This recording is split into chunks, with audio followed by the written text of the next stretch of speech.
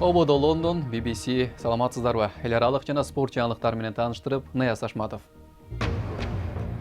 AQShnын президенти Трамп Кенуша шаарына барып, козголоң менен талап тоноочулукту ички террор деп атады.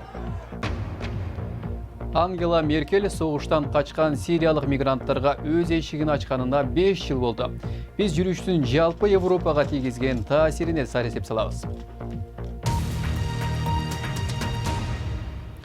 Соңку маалыматтарга караганда, Орусиядагы оппозиционер саясатчы Алексей Навальный новичок заты менен ууланганын Германиянын өкмөтү маалымдады. Аталган зат Советтер Союзу жана Орусияда чыгарылган, ал адамдын нервине таасир этет. Навальный өткөн айда учакта баратып, эс учун жоготкондон бери далин өзүн сезбей комада жатат. Аны учак менен Берлинге алып келишкен. Навальныйдын командасы ал президент Путиндин буйругу менен ууландырылган болушу мүмкүн дешүүдө. Кремль бул имичтерди четке какты. Бул тууралуу толук маалыматты эртең уга аласыздар.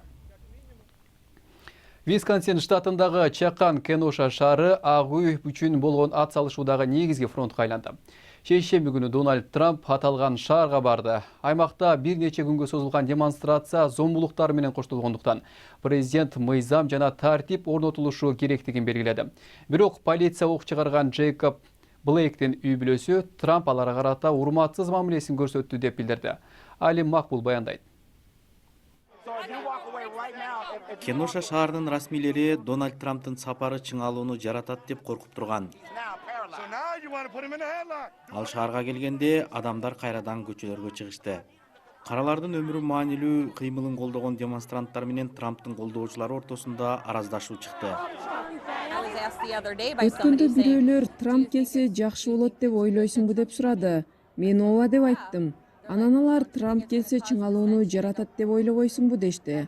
Ошондо мен шаарыбызды көрдүңөрбү, эмне болгонун дедим. Президент митинг учурунда талкаланган айрым жерлерди көрүп чыккан соң коопсуздук кызматкерлери менен жолукту. Ал каршылык жүрүштөрүн полицияга жана Америкага каршы демонстрация деп атады. Демонстранттар кеминде 25 бизнести талкалап, же ага зыян келтириптир. Коомдук имараттарга өрт коюп, полиция кызматкерлерине ташкырык чыккан. Полиция силерди эмнелерден гана коргобойт. Аны тынчтык митингиси эмес, чыныгы ички террор десе болчудай. Менин администрациям зомбулукту токтотуу үчүн штат жана жергиликтүү жетекчилер менен Кенуша шаарына тез арада федералдык аскерлерди жөнөтүү боюнча аткарчу иш-аракеттерибизди тактап алдык. Окуя полиция Джейкоб Блейкке 7 жолу ок чыгаргандан кийин орун алган. Бирок анын үй бүлөсү президент менен жолугушууну каалабагандыгын айткан.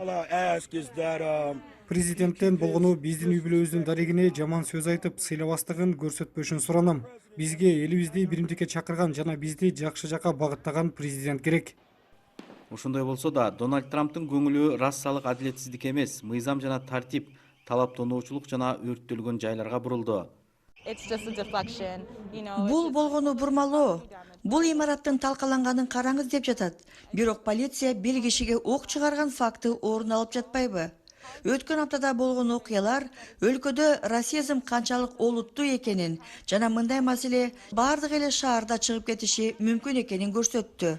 Бир чети каарманыбыз 2 демонстрантты атып өлтүргөн бул 17 жаштагы өспүрүмдү президент коргогону боюнча айткысы келди. Себеби ал өзү сыяктуу адамдар көчөлөргө чыккан деп айыпталып жатканын жакшы билет. Кенуша шаарында болгон окуялар Америка коомчулугунда болгон абсолюттук ажырымды көрсөттү. Биз Трамптын тарапташтары менен активисттер тил табышып кеткенин көрдүк, бирок азыр мындай учурлар сейрек кездешет.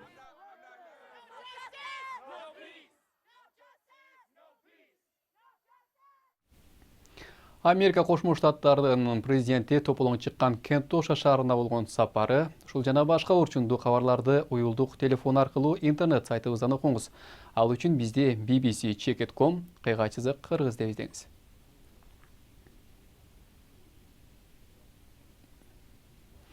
BBC Кыргыз кызматынын берүүсүн көрүп жатасыздар. Жаңылыктар менен тааныштырууну улантабыз.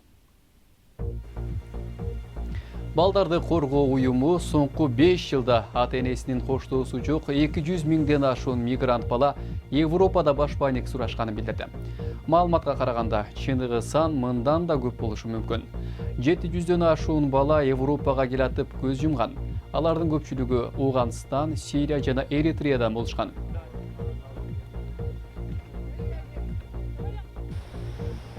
Мындан 5 жыл мурун Франциядагы Шарли Эбдо сатиралык журналынын имаратына жана жөөттөрдүн супермаркетине болгон террорду кол салууга колдоо көрсөткөн деп Парижде 14 адам сот алдына чыкты. Сот жарыяны учурунда кол салуу маалында кайсы топ буйрук бергени жана ага эмне себеп болгону такталат. Шектүүлөрдүн көпчүлүгү сотко келтирилгени менен 3 шектүү сырттан соттолуп жатат. Facebook, Орусиянын пропагандалык аракеттерин жүргүзгөн топтордун биринин чакан байланыш аккаунттарын жана баракчаларын жок кылганын айтып чыкты. Билдирүүдө ал топтун Орусиядагы интернет изилдөө агенттигине байланышы болгон. Аталган уюм Орус өкмөтү менен жакын болгонун жана 2016-жылы өткөн АКШдагы шайлоого аралашкан деп айыпталган. Twitter'да ошол эле тармактагы 5 аккаунтту жапкан. Франциянын президенти Макрон Ирактын жаңы премьер-министри Мустафа Аль-Казымиге колдоосун көрсөтүп, Иракка барат. Буга чейин Макрон аймакта чыңалуу болуп жатканда, Ирактын суверенитеттүүлүгүн калыбына келтирүү үчүн өлкөнүн администрациясына жардам колун сунгусу келерин билдирген. Тайвань өкмөтү өзүн Кытайдан айырмаланып туруу үчүн паспортунун жасалгасын өзгөртөөрүн жарыялады.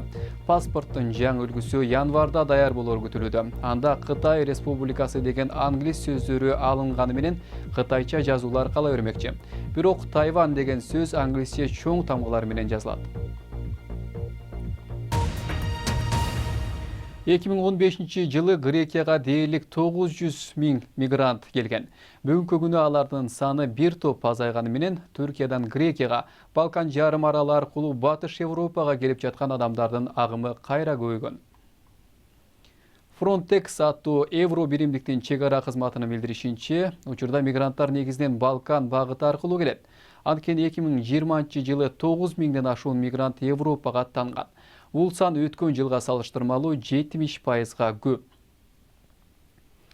Көптөгөн мигранттар Батыш Европага жеткенге чейин Грекиянын төгүндүгүнөн Түндүк Македонияга жетип, андан кийин Сербияга, Боснияга өтүп узак жол жүрөт. Мындан сырткары миңдеген мигранттар дале Грекияда. Европаны өзгөрткөн апта түрмөгүбүздү 2015-жылга көз чаптырууну улантабыз. Кабарчыбыз Лиз Дюссет сапарын Грекиянын түндүгүндөгү Салоники шаарынан баштайт. Таң атканда түндүк Грециядагы бул темир жол коросундагы күйгөн вагондор алдында кыймыл башталып, көп өтпөй балдар чыгып кетишти. Бул балдар негизинен Афганистандан келишкен. Алар дагы түндүгүрөөк аймакка, Европага жетүү үмүтү менен поездерге жармашууга аракет кылышат. Ал жакта жакшы жашоого жетебиз деп үмүттөнүшөт. Кайсы поезд барарын билбейбиз, бирок баарыбыз даяр турабыз. Бирок полиция дагы даяр турат. Полиция келсе качабыз. Мышык чычкан оюну сыяктуу. Бул жолу полиция утту. Көбүнчө эле полиция утат. 17 жаштагы Садыр Пакистандан келген. Канча жолу поездге жармашууга аракет кылдың? 6-7 жолого ар бир жолкуда жармашып жашынууга аракет кыласың. Бирок бул жерде полиция менен бажы кызматы бар да. Ошондуктан башка жактарга барууга туура келет. Булар Грециянын Македония менен чек арасына жетүүнү көздөшөт. Мындан 5 жыл мурун миңдеген кишилер ушул багыт менен чакан айыл аркылуу өтүп, Батыш Европага киришкен. Эми бул чек ара өтмөгү жабылган. Бирок мигранттар агымы токтогон жок. Барган сайын көбөйүүдө. Бул кишилерди Түндүк Македониянын чек ара кызматчылары артка сүрүштү. Биз бул жакта күн караманын арасында күтүп отурган афган үй бүлөсүнө жолуктук. Алар 6-чы жолу чек арадан өтүп кетүүгө аракет кылышууда. Биз өтүүгө аракет кылабыз. Анткени Грек өкмөтү Грециядан кеткиле деп жатат. Биз артка Ауганстанга баргыбыз келбейт. Бул биздин көйгөйүбүз. Ошондуктан башка өлкөгө жетүүгө аракет кылабыз. Бул айылдыктар мигранттарды кабыл алгысы келбейт. Идомениге мигранттар биринчи жолу келгенде кучагыбызды жайып, эшикти ачып тосуп алганбыз. Колубуздагы баардык нерселер менен бөлүшкөнбүз. Бирок алар проблемаларды гана жаратууда. Биз аларды башка каалабайбыз. Алар согуштан деле качкан жери жок. Грециянын түштүгүндө Сamos сыяктуу табияты кооз аралдарда элдин маанайы так ушундай. 5 жыл мурун жүздөгөн качкындарды кабыл алуу үчүн курулган лагерь учурда жайылып, бир нече дөбө коктуларды ээлеген жай болуп калды. Миңдеген кишилер кир шарттарда жашап, баш паник маселеси чечилет деп күтүп жүрүшөт. Бизди лагерге киргизишкен жок. Анын үчүн тургундар видеого тартып беришти. Дурейт алардын жеген тамактарын, көгөрүп калган нанды көрсөттү. Ал үй бүлөсү менен Сириядан келген экен.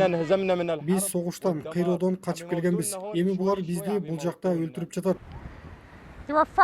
Грециянын жээктерине агылган мигранттардын саны бир аз азайды. Бирок Түркия деңиз аркылуу кол жетчү аралыкта эле тургандай. Жер аркылуудагы чек арасы бир. Бир нече ай мурун Түркия менен Европанын мамилелери чыңала түшкөндө, Түркия мигранттарды кое берди. Эми да ошентиши ыктымал. Бирок учурда Грециянын кадамдары дагы кооптондуруп жатат. Бул видеодо Грециянын жээк кызматы мигранттарды кайрадан Түркиянын деңиз аймагына сүрүп жатканын көрүүгө болот. Бул аракет эл аралык мыйзамды бузганга жатат. Видеону Эгей деңизиндеги трафикке көз салган топ бөлүштү. Бириккен Улуттар уюму дагы ушул сыяктуу кадамдарды каттаган экен. Бирок Греция мыйзам бузганын четке кагууда. Биз Грециянын чек арасы бар экенин билдирип жатабыз. Европа биримдигинин андан дагы кеңири чек арасы бар. Мыйзамсыз кесип өтүүгө жол берилбейт. Грецияда консервативдик бийликтин келиши менен мигранттардын абалы татаалдашты. Греция Европанын дарбазасына айланбайт дейт алар. Европада көпчүлүктүн ою дагы так ушундай. Эми спорт жаңылыктары. Премьер-лигадагы Арсенал клубу франциялык Лиль командасындагы бразилиялык коргоочу Габриэль Магалянс менен 29 миллион долларлык келишимге кол койду. Магалянстын айтымында ага менеджер Микель Артета өзү телефон чалып, аны командага келүүгө чакыргандыктан ал Арсеналды тандаган. 22 жаштагы Артета Арсеналды коргонуу жагынан команда катарында күчтүү кыларын айтты. Германиянын Лейпциг клубу стадионго айрым көрмандары келүүсүнө уруксатылган Бундеслигадагы алгачкы команда болду. Шаардын саламаттыкты сактоо жетекчилери эгер аймакта COVID-19 вирусунун көрсөткүчү учурдагы деңгээлдей сакталса, команданын 20 сентябрда өтчү Майнц клубуна каршы беттешине 8,5 миңге чейин гана көрүүчү келиши керектигин билдирди. Эвертон ушул аптанын аягында Реал Мадридтин чабуучусу Хамес Родригес менен 26 миллион долларлык келишимге кол коёр күтүлүүдө. Родригес келечекте сезон алдындагы машыгууларын өткөрүп жибербеш үчүн Зинедин Зидан анын командадан кетишине уруксат берген. Теннис. Алдыңкы спортчу Новак Джокович АКШнын ачык чемпионатынын бүгүнкү экинчи айланпасында британиялык Кайл Эдмунд менен күч сынашат. Мындан сырткары теннисчи Каролина Плишкова жана Стефанос Циципас да беттешке чыгат. Энди Мюррей өткөн жылы бутуна операция жасаткандан бери биринчи беттешинде Йосихита Нисиоканы утуп, экинчи айланпага өттү. Серена Уильямс болсо Кристи Анды жеңген. Берүүбүздүн аягында жыл сайын өтчү Нью-Йорктогу ири жарманке пандемиядан улам артка жылдырылып келген. Бирок жыл сайын өтүп келген майдан жасалган скульптуралык көргөзмө быйыл да өтүшү керек болчу. Быйыл келечекте азыктандыруу деп аталган эмгек көргөзмөгө коюлган. Анда үйүндө ноутбугу менен математика сабагын аткарып жаткан баланы көрүүгө болот. Сынактын калган катышуучулары болсо өз жасалгаларын онлайн түрүндө көрсөтүшөт. Бул жана башка жаңылыктар азыр интернет сайтыбыздын башкы бетинде турат. Дарекибиз bbc-kyrgyz.com сайтыбыздан жаңылыктарды окуп, радиобузду да уга аласыз. BBC жаңылыктарын Facebook, Twitter жана YouTube'дан да таба аласыз. Ал үчүн бизди BBC Кыргыз деп издеңиз. Биздин бул даректерибизге блог макала жазып, сүрөт тасма тартып салып турсаңыз, биз аларды окурман көрөрмандарыбыз менен бөлүшүп турууга даярбыз. Биз берүүнү ушуну менен жыйынтыктайбыз. Анал Парган Аяз Ташматов, саламатта болуңуздар.